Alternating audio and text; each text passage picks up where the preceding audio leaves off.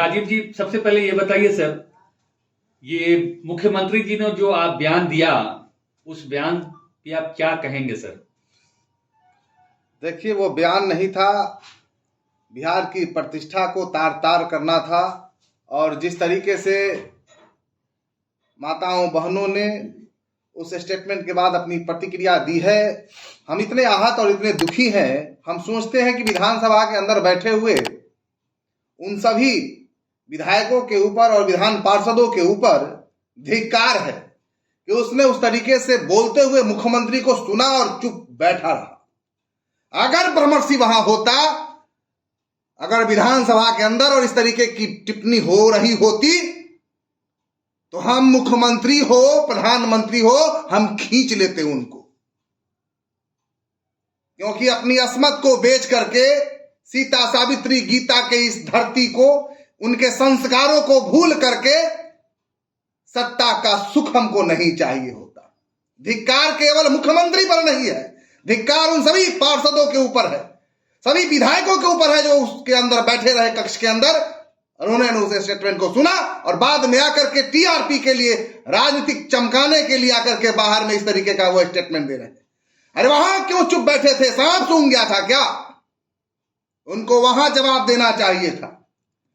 और हमको लगता है कि अब इसकी आवश्यकता नहीं है, ये विषय तो बिल्कुल अब ठंडा पड़ चुका है। राजीव जी, एक प्रश्न आपसे और है कि यहाँ पे एक बहुत बड़ा लाइट वाइट लग रहा है सर, और नगर परिषद का आप बोलते हैं कि काम किस टाइप का चल रहा है, आपके बहुत सारे स्टेटमेंट आते हैं सर।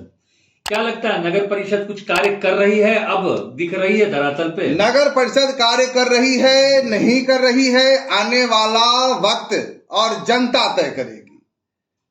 हमारा लेकिन बस एक मांग नगर परिषद का, चूंकि आपने यहां उल्लेख किया है, तो हम एक मांग रखना चाहेंगे नगर परिषद से कि हाजीपुर को हरिपुर बनाने के लिए सतत प्रयत्नशील रहा है हमारा बहुसंख्यक हिंदू समाज हरिपुर वैशाली जिला का। यहां भगवान श्री नारायण आए हैं और हम उम्मीद करते हैं कि भारतीय जनता पार्टी के द्वारा समर्थित नगर परिषद के अध्यक्ष जो संगीता जी हैं, इस नगर परिषद से उस बिल को पास करेंगी जहां पर इस हाजीपुर को हरिपुर बनाने के लिए विषय सामने आएगा। इस प्रस्ताव को वो पास करेंगी, हम उम्मीद करते हैं। अलीगढ़ का नाम चेंज हुआ है सर, अभी याद होगा सर आपको सर? बिल्कुल, हमको लगता है कि एक प्रयास भारतीय जनता पार्टी के समर्थित इस सभापति के द्वारा किया जाना चाहिए और हाजीपुर को हरिपुर करने के लिए एक शुरुआत करने की आवश्यकता है।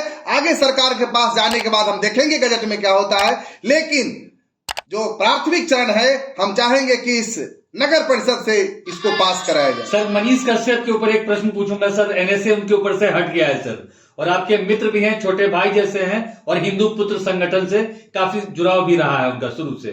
सर, क्या कहेंगे उस पे? वो आएंगे क्या इस छठ? राजनीति का हर वह व्यक्ति, हर उस समूह को टारगेट करना आज नहीं, ये सदियों से चला आ रहा परंपरा है।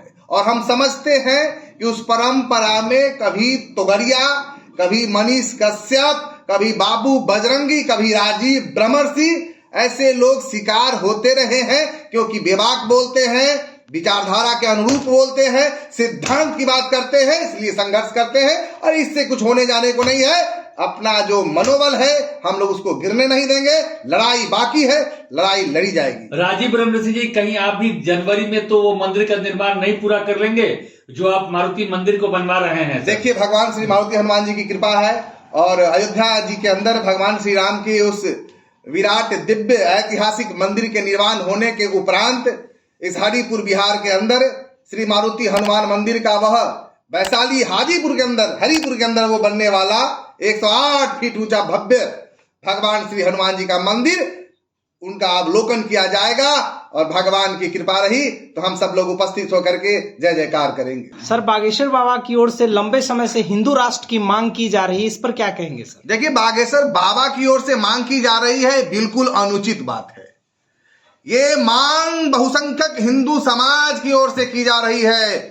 हमारे पूज्य हुतात्मा, आप सब लोग जानते हैं जिस तरीके से इस हिंदुस्तान ने, आज के हिंदुस्तान ने अब स्वीकार करना शुरू कर दिया है। वीर सावरकर जी की ये मांग थी, शिवाजी महाराज के हिंदवी साम्राज्य का वो मांग था, वो संकल्प था, उस कड़ी को लेकर के आज बाबा बागेश्वर इस विषय को उठा रहे हैं। ये बाबा बागेश्वर की बात नहीं है, ये बहुत पुरानी हम लोगों की मंशा है और दया भगवती महादेव श्री राम का रहा तो हम लोग बिल्कुल इसको पूर्ण करेंगे और हम सब लोग इस हिंदू राष्ट्र के अंदर जय जयकार करेंगे। और सबसे बड़ी बात कि आज पत्रकारिता दिवस है और आज आप लोग खास करके हमारे जो भी मित्र बंधु, हमारे जानने वाले और हम जिनको जानते हैं उन सबको हम शुभकामना देना चाहते हैं कि आज इस पत्रकार दिवस पर आप सब लोगों को बहुत बहुत शुभकामनाएं हैं। आप लोग इस भारत ही नहीं विश्व के अंदर एक चौथे स्तंभ के रूप में जाने जाते हैं, जहां से आप पक्ष विपक्ष सबको साधते हैं, समाज के हर उस विषय को सामने लाते हैं, हक हुकूक की लड़ाई में आप लोग अपना बल देते हैं। आपके प्रति पूरी शुभकामनाएं हैं। बहुत बहुत धन्यवाद, आभार।